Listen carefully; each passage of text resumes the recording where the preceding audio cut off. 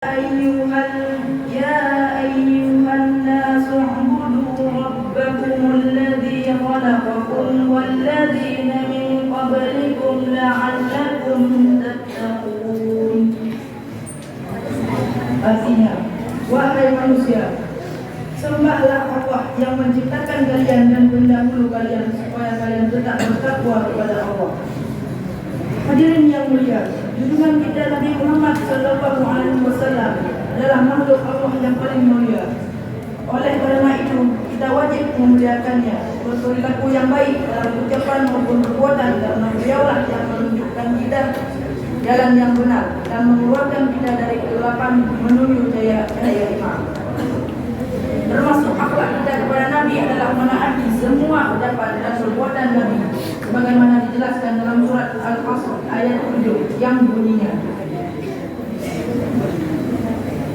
wa ma ata'kulur rasulu fa'khudhuhu wa ma nahakum 'anhu fa'antahu wattaqullaha innallaha syadidul 'iqab.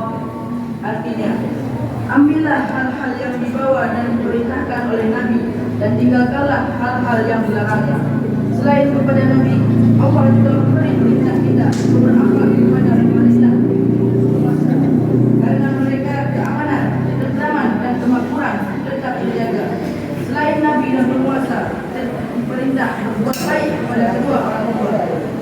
Yang termasuk cara berbuat baik kepada kedua orang tua adalah mematuhi perintahnya, mencukupi kebutuhannya, mempergauli mereka dengan baik, serta rendah hati terhadap keduanya. Selain kepada Nabi, penguasa dan orang tua, kita juga memiliki sanak kerabat yang termasuk keluarga terdekat kita. Maka sudah sepatutnya kalau kita juga berakhlak baik terhadap mereka dengan menyambung tali silaturahmi. Dan yang terakhir adalah kita diperintahkan untuk berakhlak baik terhadap tetangga, karena Rasulullah SAW sudah menyebutkan akhlak dan hak bertetangga. Di dalam hadis beliau bersabda, apakah kalian mahu tahu apa hak-hak orang yang bertetangga?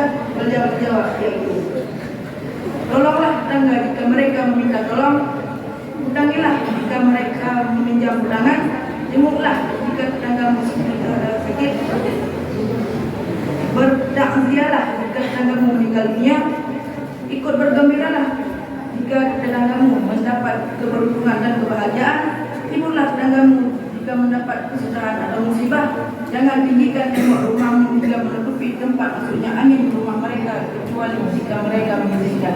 Jangan pernah menyakiti tetangga, jika memberi makanan maka lebihkan dan berikan sebagian kepada tetanggamu. Jika tidak mampu memberikan maka buatlah mereka tersenyum. Cegahlah putra-putrimu untuk bermain